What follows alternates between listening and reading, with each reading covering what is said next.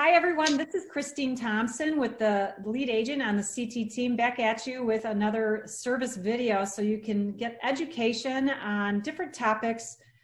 Being a homeowner, a buyer, or seller, I thought this would all be very helpful to you. So I got Kevin Cuyler over here. He's kind of sneaking off to the side there. There you are, Kevin. I'm back. So everyone, welcome Kevin Cuyler. He is my one and only mold tester. I use him to test homes for mold for all of my clients, and he is just an incredible plethora of information. So I'm going to try.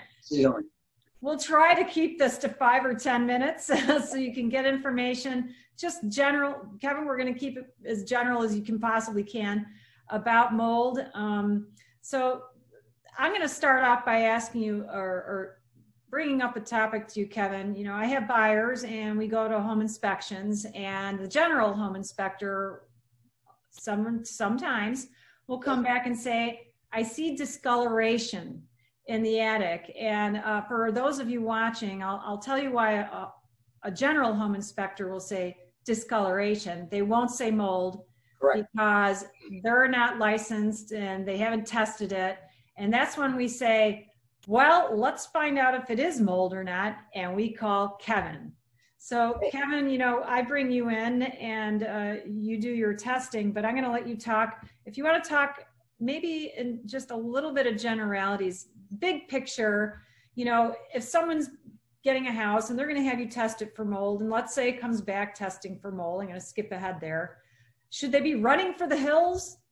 And you can say, I can't live in that house. You know, what's your, you know, what kind of molds are there that they should be really concerned? What kind of situations that should concern them, or say, we can control this?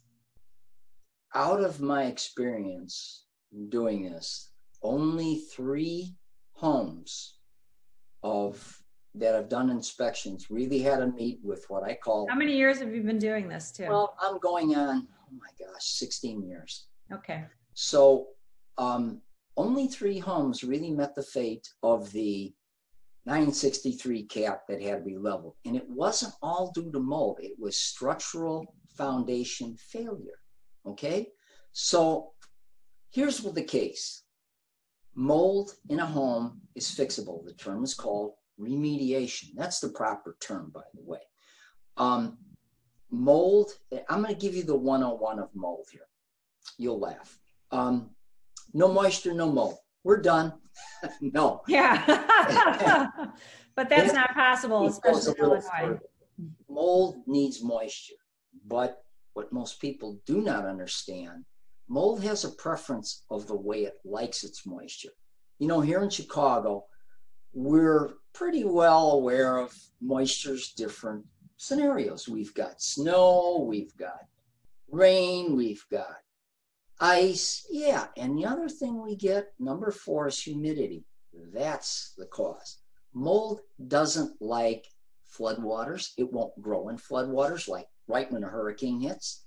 It takes weeks after. It won't happen if you have a burst pipe in your house and water all over the place. It's not going to grow instantaneously. It takes time. It's got to start drying out. When the drying starts, the humidity starts going up. That's when mold can get its ugly teeth in and start growing. Does light have anything to do with it too, like dark areas versus bright areas? Thank you. You're very, very astute to that. I must have taught you this before. I think I've gotten a few of the tests. Here's what it is. Mold does not tolerate light well. It doesn't mean it can't have any light, but if we know about drywall, right? Probably 80% of the homes that you and I deal with are drywall. The other are probably lath and plaster. Okay. The perfect storm for mold is drywall. Why? And I'll give it to you this way. You have a face sheet of paper on it, and you have a backside sheet of paper, and in between you have gypsum. Mold will never grow on gypsum. It's not food. Okay. There's a fancy term I'm going to hit you with so people can understand this. It's called hydric buffer. That means the ability of a material to take on moisture, hold moisture, and give it off. Mold and drywall is the perfect storm for mold growth. Why? Because the gypsum holds the moisture, the food is the paper on both sides, and gently gives it off, and the mold just goes, this is good. So you have a problem. Go back to what I said. A majority of homes have drywall, okay?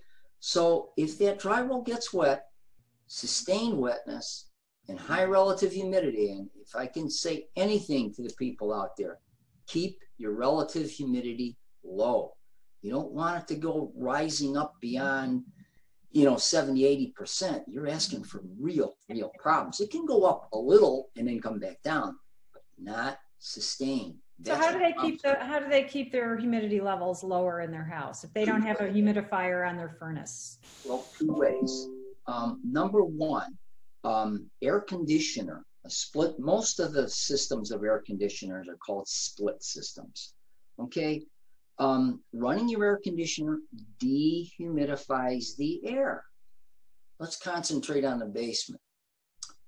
Basements generally, as built, don't have return vents in them. After people modernize or redo them, they might put a return vent. So the problem with basements is, number one, they're deep, they're dark, and they're damp, okay?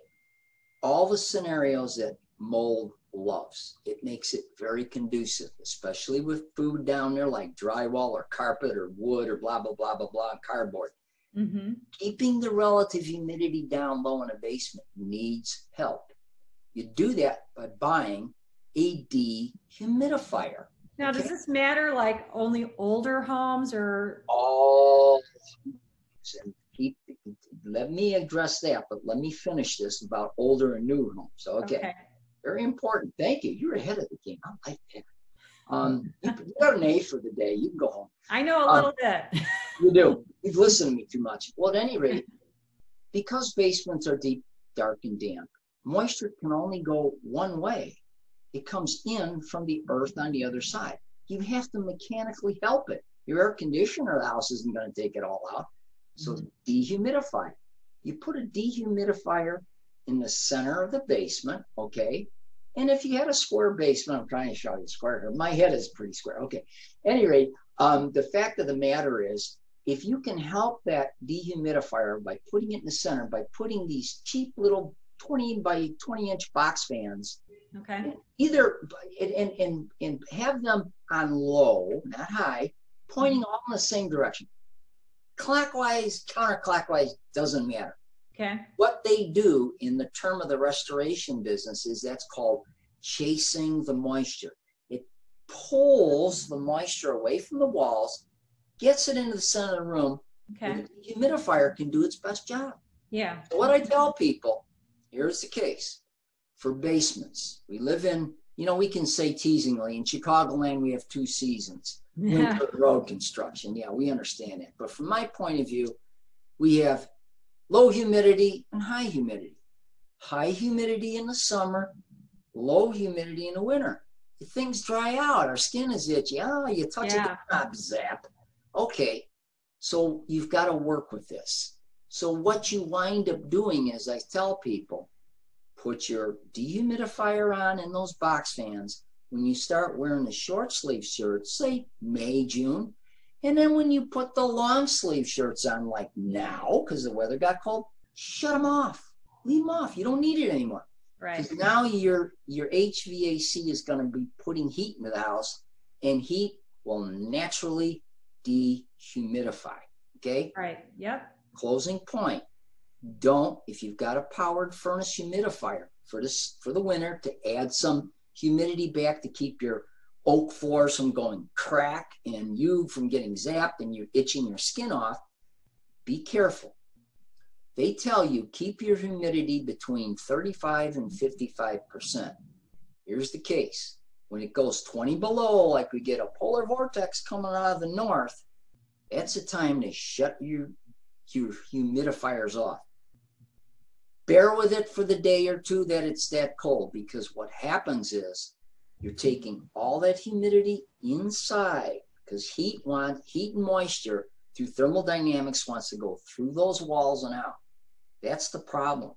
When it does that, what people can understand the basic concept of the second law of thermodynamics. Heat goes from warm to cold. Okay, so much, but it does a lot of other things.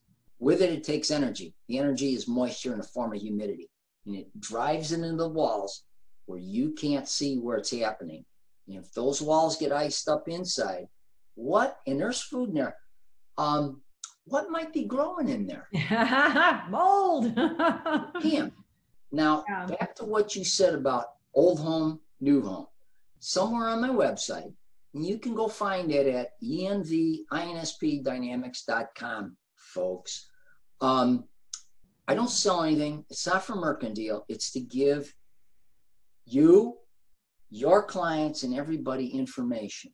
There's a lot of videos up there.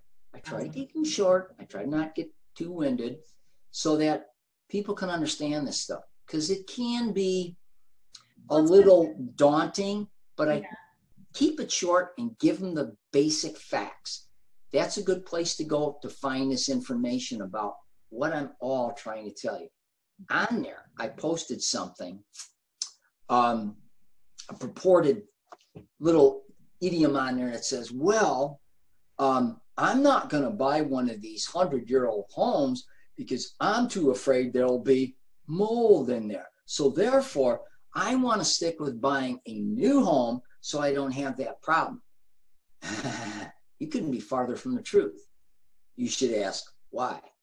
Old homes were built loose. If the walls, the exterior walls got wet, so what? They dried out. Not today. These homes are built so tight, moisture can't get out. And when you trap it in, especially in winter, you're going to have problems. And people, going back to what ASHRAE says, and that stands for the American Society of Heating, Refrigeration, and Air Conditioning Engineers. They're the people that write all the protocols of how you should condition your homes. Mm-hmm. So they say, keep your humidity in the house between 35 and 55%. I go a little lower than that. I just try to be careful. Humidity is the main cause why these new homes have mold problems. So all of you listening to Kevin, I'm going to just tell you that what you're hearing from him, it's really important, even if you're not buying or selling. If you're a homeowner, eventually someday you're going to sell your house. And I can't tell you how many times, the owner takes great care of their house, but they never go in their attic. And then their buyer, when they sell their house down the road, the buyer does a home inspection, and then they hear about discoloration, mold in the attic. And they're like, what? No way. I couldn't have it up there because we take such good care of our house. And yet it's up there. So really think about Kevin's tips about, taking care of your basement, getting good airflow. Don't button up your house too tight. I know everyone wants to have really sharp siding and really tight. I had one house, not mold, but it was on a slab, and typically homes on a slab don't have radon, and this guy buttoned up his siding so tight. He had radon, high levels of radon in his house because the siding was just too tight. So Kevin, that's a great point, talking about breathability in your home. Yes. The house needs to breathe. So you guys, everyone watching, I'm going to wrap this up now because Kevin, you gave great information. I really appreciate it. And you all have his website. Go to Kevin's website. As he said, he's got so much information out there. If you have more questions, you can go to his website. You can call him. Kevin is a great guy. I know, Kevin, you'll take their calls. We got your phone number posted here. So this is why I wanted to have Kevin on this show, because mold can happen in your home, even if it's only built a year ago. You got to take care of it. I tell my clients walking through basements, I don't care how brand new it is, run your dehumidifier down there in the summertime. Please do it. Make that one of the first things you buy when you move into your home, even if it's brand spanking new. So Kevin, thank you for your time. Thank you, Christine. We only just barely picked into Kevin's brain here on information. But that was great what you had to share. I really appreciate it. And you guys watching, please do reach out to him. Go to his website. Thank you. Get all the information that you need. He's just fantastic. Kevin, you teach classes. Yes, I do. Right? Yep. So Kevin is a supreme authority on this topic, and you couldn't go to a better source. So everyone, thank you for watching. Kevin, thank you for your time. Thanks. I really appreciate it. I appreciate the ability to interact with you and help people. That's my business. That's what we're here for. Understand. That's what we're all here for. We want to help everyone out there, even if you're not looking to buy or sell. Keep watching these series. You can get great information just how to be a good homeowner. Take care of your home, okay? Yes. So everyone, thanks for watching. Be sure to like this video when you're watching it on social media. Share it with other people. And you got all our information here the whole time you're watching this, so you know how to reach out to both of us. You all have a great day. Take care. Stay well, stay healthy. Thank you, Christine. Bye-bye. You're welcome, Kevin. Take care. Take care. Bye.